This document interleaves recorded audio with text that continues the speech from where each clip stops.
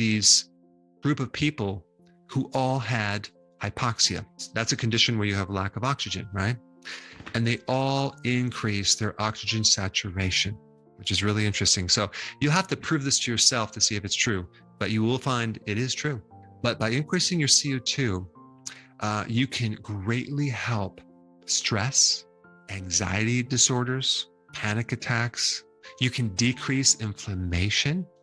You can resolve many times depression. You can increase your endurance with exercise. You can decrease symptoms of respiratory problems like COPD or weaknesses within the lungs from past injury. You'll even be able to hold your breath longer. So how do we do this? Well, the first thing you need to do is to do a test to determine something, to determine your carbon dioxide, CO2 tolerance, how well your body is able to tolerate CO2. And it's a very simple test, okay? And I recommend you do it laying down on your back on the floor, okay? All you need is some type of timing mechanism, some type of watch, and because you're gonna just record the timing. So to do this, you're gonna nose breathe, just only breathe through your nose. And you're just gonna inhale and exhale 3 times with a timing of 3 seconds. So 3 seconds in, 3 seconds out, 3 seconds in, 3 seconds out, and just do that 3 times. Now, on the 4th time, you're going to expand your lungs and breathe in as much as you can.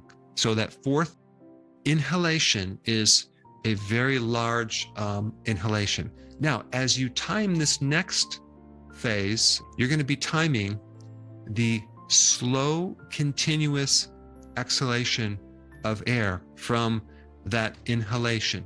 And so you're not going to want to hold your breath. You're not going to want to pause. You just want to slowly let the air out, and you're going to time it, right? And see how long that takes, but it has to be slow and continuous. And so you're going to record the time until you run out of air.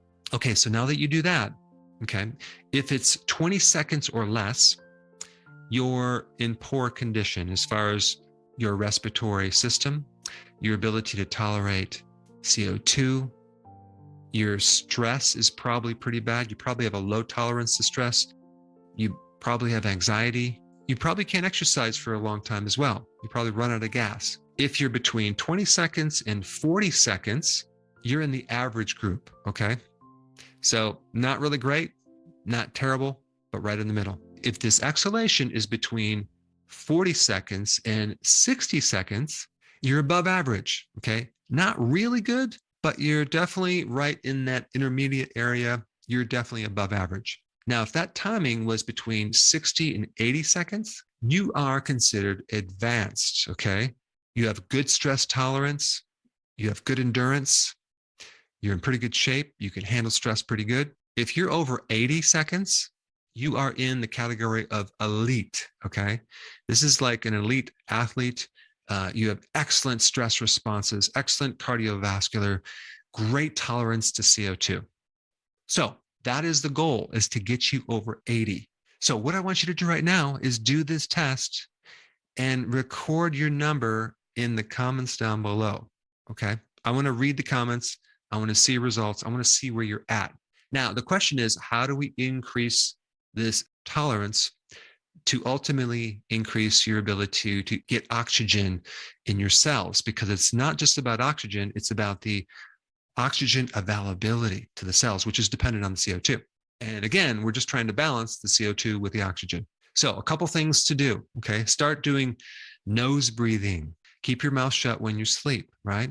And then even through the day, when you're driving, breathe through your nose. Another thing you can do is start breathing with emphasis on your diaphragm, like just focusing on breathing in through your stomach, not through your chest, okay? And you're going to slowly breathe in through your, pushing out your stomach, and then exhale slowly. So we're going to balance this.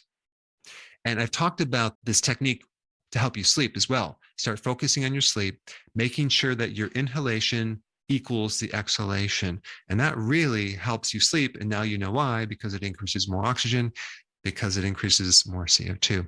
And another thing you can do as a practice routine is do box breathing. It's called 4, 4, 4, and 4. So you're basically just going to breathe in for 4 seconds. You're going to then hold your breath for 4 seconds, and then you're going to exhale for 4 seconds. And then you're going to hold this exhalation for 4 seconds. And you're just going to practice this, okay? Longer and longer and longer to see if you can do it. So that is going to help you. So nose breathing, this box breathing, diaphragm breathing, and also holding your breath. Now, of course, you probably want to do this supervised. So that way, if you pass out, it's not a problem. But you can just do this on a low level. I don't recommend practicing this while you're driving. I can just see this now. Someone passes out and they crash, and then they mention my name. Dr. Berg told me to hold my breath while I was driving. Well, I'm telling you right now, don't do this while you're driving, okay? Now, there are several other things you can do to increase this CO2 tolerance. And I'm going to put a link down of a website that will give you a lot more information about this. But I just wanted to give you the concept, some basic things that you can start doing. If you get an oximeter, now you can actually have some feedback, and you can do your own testing on yourself to see what works. And then you can prove it to yourself.